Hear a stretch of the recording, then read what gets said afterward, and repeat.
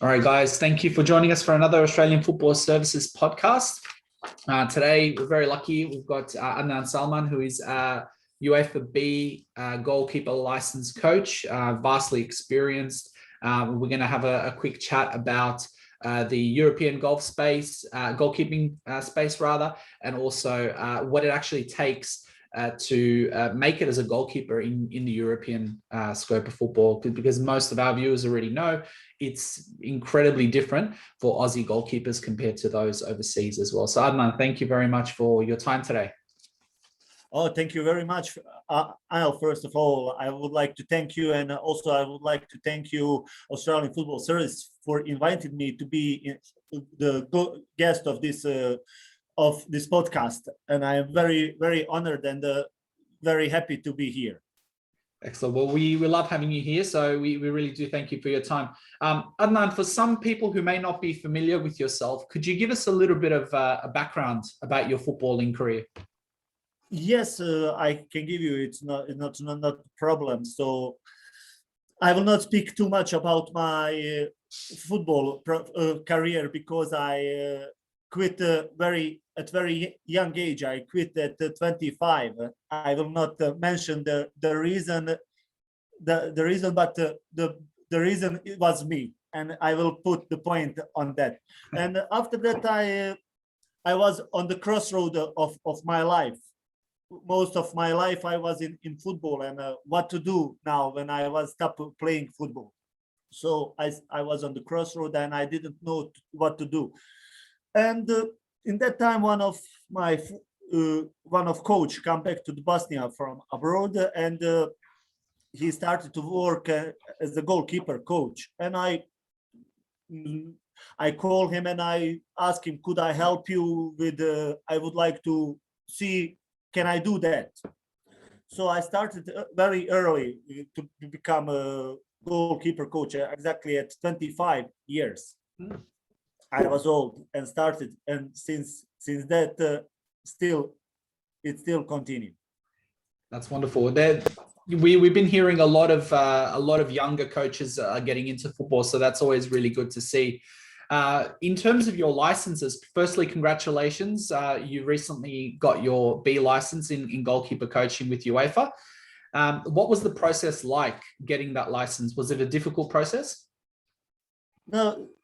First, thank you very much for congratulations, but still not finished. I just finished the course for the goalkeeping license, and in the mid of the June I have an exam, so I need to pass that exam, and I hope that I can pass that very good. So and after that I will get my license. We definitely don't have any doubt of you passing it. That's for sure. We're sure you're going to pass it. I hope so. I hope so. But I will back to the course. But it's not difficult when you are in this job. It's not difficult. You get some new ideas and some new ways that UEFA asking now from the goalkeeper coaches. So some things are changing, and they are give you the new ideas how to handle the goalkeeper training. So it's not the difficulty. I once again I repeat, if you are in this job, it's not difficult. That's wonderful. Why did you choose to dedicate yourself to goalkeeper coaching? Was there a particular reason? I was a goalkeeper coach. I was a goalkeeper when I was young. So what else to do than to be a goalkeeper coach? To get some knowledge that I get from the coaches who trained me. So, and I couldn't change now. Nothing. So you wouldn't see yourself as a team coach at all? Never. So I started as a goalkeeper coach and I will end up as a as a goalkeeper coach. Well, look, it's very important to have good goalkeeper coaches. It's like fitness coaches. Everyone can get the license, but it's hard to find an experienced goalkeeper coach or a fitness coach. So having a coach that was actually in the position makes a big difference. Absolutely. Yes, I used to say, I don't know, maybe Australian people will not understand me. Everybody can get driving license, right? Mm-hmm. So, but no one of us can drive the Formula One as a Hamilton. So if you have or you don't have talent for, you need to have talent for everything. Yep, that's very true. That is very true. How would you describe your coaching style or your coaching philosophy? Especially my position is not like head coach. Some head coaches are attacking and defensive style of play, but I like attacking style of play. And but for the goalkeeper, I like very technically very good goalkeeper. Mm-hmm. Well, and who also use the feet to play. Yeah. How often should goalkeepers be training specifically for goalkeeper training? Every day. Every day. Is that every day? But sorry, every day. But sometimes depends on the time. Sometimes 1 hour. Sometimes 25 minutes. Sometimes 40 minutes. Depends on the day of the training in the week. Yeah. Now, the big thing that most coaches are seeing, and especially at a club level, a lot of coaches are seeing that the game is going through a massive evolution, and a lot of goalkeepers are having to play with their feet. So, as a goalkeeper coach yourself, what other attributes do you think, outside of obviously having technical ability, what other attributes do you think are most important for a good goalkeeper? Now, as you mentioned, now most of the teams, they are looking the goalkeeper who knows how to play with the same with both feet. That's now that's the biggest demand of the goalkeeper. But I will say the most important thing for the goalkeeper is the head, is the mentality of the goalkeeper. So he must have very, very strong mentality, strong head. Yeah. Is that something that comes with age? Obviously, we always hear that goalkeepers become better as they get older. Is that still the case, or do you find that sort of maturity in younger goalkeepers as well? It's come by the age. That's normal. If you back to the normal life, when you are older, you are sometimes you are becoming smarter and smarter. But I will say also it's the one part of the talent. Mm-hmm. Wonderful. And what other attributes apart from that would make for a good goalkeeper? So how important are things like reflexes or bravery? Without that, you can't be a goalkeeper. You need to be brave. You need to be the smart. Now, in this time, not in this time, all times they say the goalkeepers are crazy. I will say that's not true. The goalkeepers are the smartest person on the field. Yeah. Why? Because, listen, they have sometimes 5 or 6 decisions they must make in less than 1 or 2 seconds. Yeah. So they must realize the situation on the field very, very fast. If you give the laptop or computer five tasks, he will become slow and slow. So they must learn to make the decision making really, really quickly and make good decisions. Really, really fast. So that's so we are not crazy. We are the smartest on the field. I can tell you, growing up when I was playing, I only retired a few years ago to focus on coaching, but I did play at quite a high level here in Australia. And growing up, that was always everything that people always used to say goalkeepers are crazy. You have to be a little bit crazy to be a goalkeeper.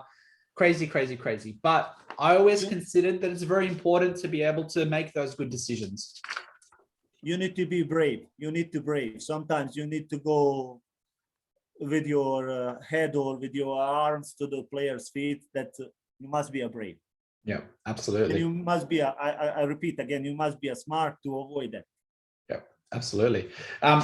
Obviously, you've been working with young talent for many years now. Specifically with goalkeepers, is it accurate to find talent at a young age in goalkeepers especially? Can you find that, or does it come at a certain age that you can spot these talents?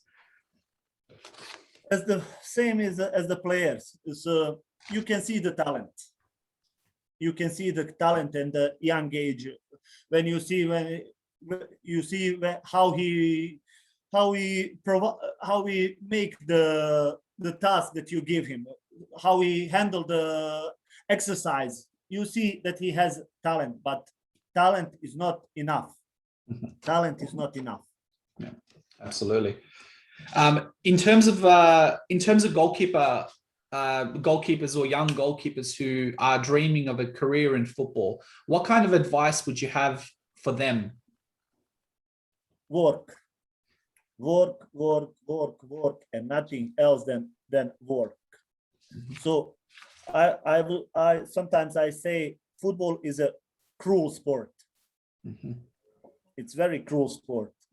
You start to train at age of 6 or 8, for example, and until 19 years, you spend 11 or 10 years of training, and after that, you stay on the crossroad where to go, left or right. And that 10 years of working, you throw behind your back. Yeah. And you didn't succeed. Yeah, that is really hard. It really is hard. And I think a lot of goalkeepers in particular, because it is one position, you get many kids who still could make it that fall through that trap. And yes, it's also the most difficult position on the field. Yeah, absolutely. Everybody seeing your errors. Yeah, it only takes one error for goalkeepers to become under the spotlight. Striker can miss 5 or 6 chances and he score in the 19 minutes. He's a hero. And you receive the goal in the 19 minutes, you are a disaster. Exactly. Yeah, you're not the most popular person on the team, that's for sure. And nobody will say, "Oh, good job, bravo, excellent," when you save the goal. Everybody expecting that from you. So we are not in the same position on the field. Absolutely. Just bringing it back to Bosnian football at the moment. Obviously, we've got for a couple of years now, everyone's been dealing with COVID. What's the current state of the Bosnian Premier League in the first division at the moment? Yeah, we are playing normally, but without fans. All leagues, Premier Division, First Division, and the lower leagues, and all youth leagues are playing football normally. But we respect the measures of the health organization, so it's okay. And when it comes to young players in Bosnia, how do the clubs look to recruit these players? Do they have trials, or do they scout players at their own club games? All of those things that you mentioned are we're doing that in our clubs, especially my clubs now where I'm working. It's FK Sarajevo. We have some scouts, and they are scouting the players by the region.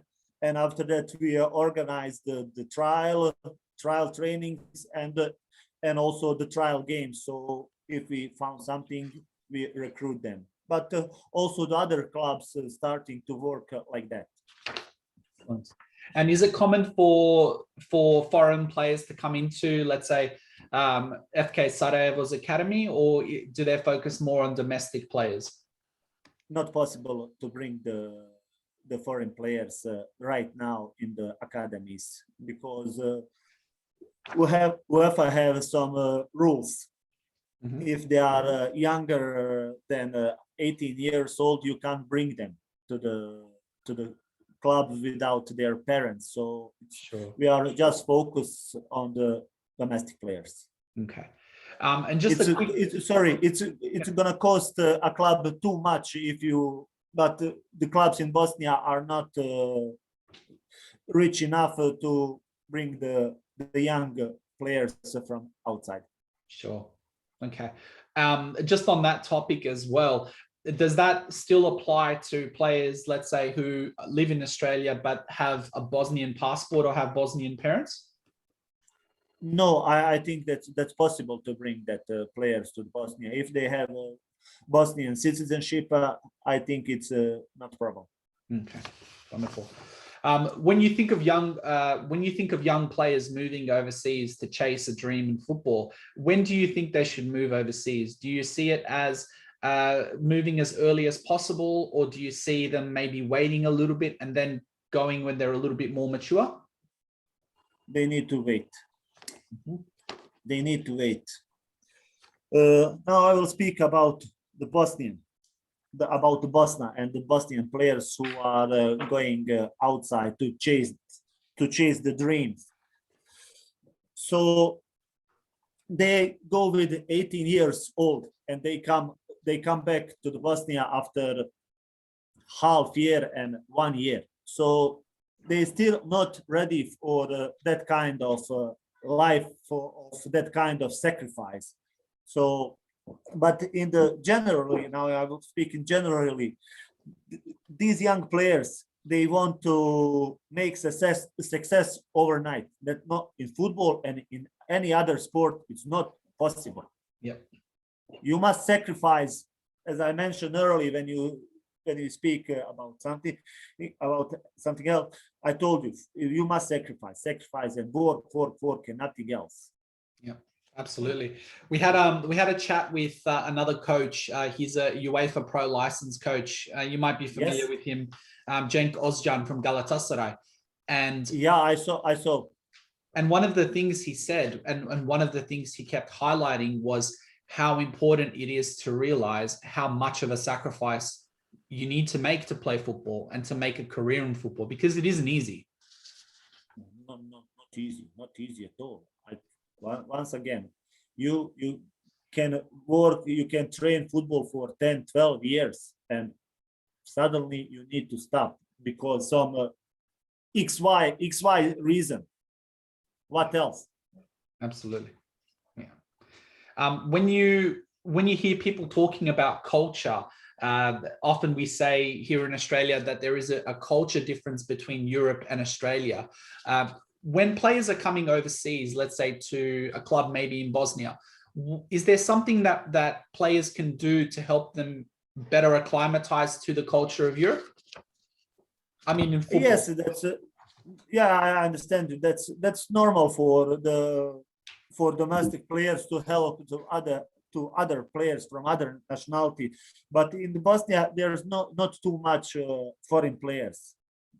Not too much.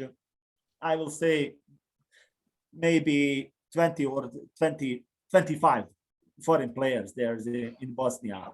I will not include the players from Croatia, from Serbia, from this ex-Yugoslav republics, but from outside of Europe, and also some from Africa and something from Brazil, not more than 25.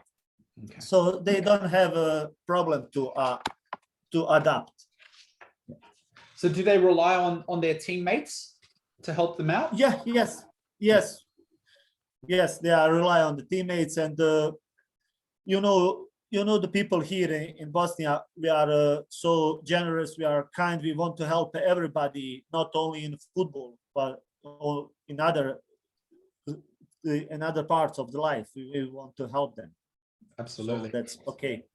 Yeah, I have to agree with you. I think Bosnian people are very generous. I have to agree. Thank you. But I'm a little bit biased, so that's okay.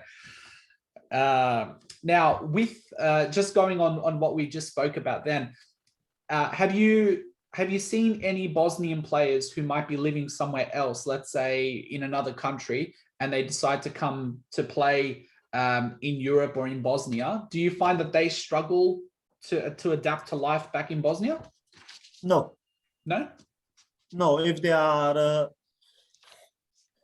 are living here and they move somewhere else and they come back, they don't have problems. But if they are born in those countries, they might have problems, some problems, but they overcome from time easily. Sure. With Australian clubs, a lot of our kids train only 2 to 3 times a week. As a coach in a professional club, what do you think these youngsters could do to maybe close the gap? Because as Cenk was saying last week, we're talking 1,000 to maybe 1,200 training sessions difference between those two groups of players. Is there anything that you think they can do to close that gap? It's difficult. It's very, very difficult. So I don't know how the situation in Australia, but here I'm speaking now only for Bosnia. Before, beside the trainings, the kids are on the street. They are playing not only football, they are playing all other sports. And they close that gap which they miss on the training. But with two or three trainings per week, it's for me, it's not enough. They must increase that thing. Is it worthwhile, in your opinion, looking at private academies or even private coaches? Or do you think it's just a matter of getting more game time and more training anywhere they can? It's better to have more trainings in the clubs or in the clubs academies, but for individual training, it's difficult. Mm-hmm. Why? Football is a team sport, not like tennis. Yeah. So he must find some solution, find some things how to fix the solution with the team, not by individually. Individually, technique it's good, okay. Passing and some technique it's okay, but I mention again, football is a team sport, so he must find solution how to fix, how to work in the team. Absolutely. You spent a number of years in Kuwait. We've spoken a bit offline about your time there. What can you tell our viewers about your experiences coaching in Kuwait? It was perfect. Beside also on the field and off the field, it was an excellent time for me in Kuwait. But I spent there 5 years. I work in 2 clubs, one smaller club and and the other was the biggest club, one of the biggest club in Kuwait.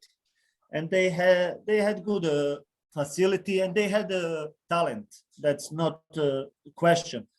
But my opinion, they are still not serious like in some other Gulf countries like Qatar, Emirates, or Saudi Arabia. Mm-hmm.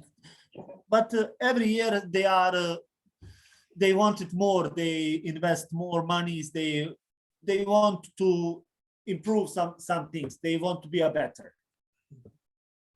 Do you think they're going to get there? I hope so, and I also think they will close. Be near to those countries in the Gulf area. Okay.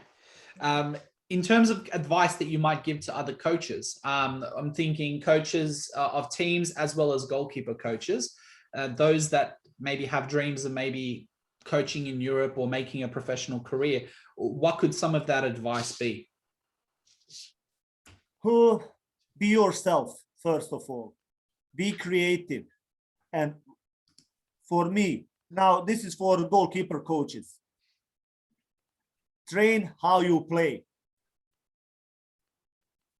If you know what I mean, Yeah. I hope they will understand. Yeah. Especially in this modern time of where everything is where we can get all information in the world right now. And I see many things here on the YouTube. They are working with the truck tires. They are playing with making training with some huge balls. Do you see that in the field? Yes. Well, not normally. So be yourself and train how you play, and be creative. That's my advice. Yeah. Do you see value in doing coaching education? Of course, not only coaching education. If you have chance to visit other clubs and spend some time there, it's always good thing to see how the other clubs are working, and try to once again try to speak with other coaches. Now everything is available. I can speak with coach from Netherlands. I can speak with coach from Italy through these social media, through this Zoom. So share the experience, share the knowledge. Absolutely. Well, Adnan, it's been absolutely lovely chatting to you. Thank you very much for your time today.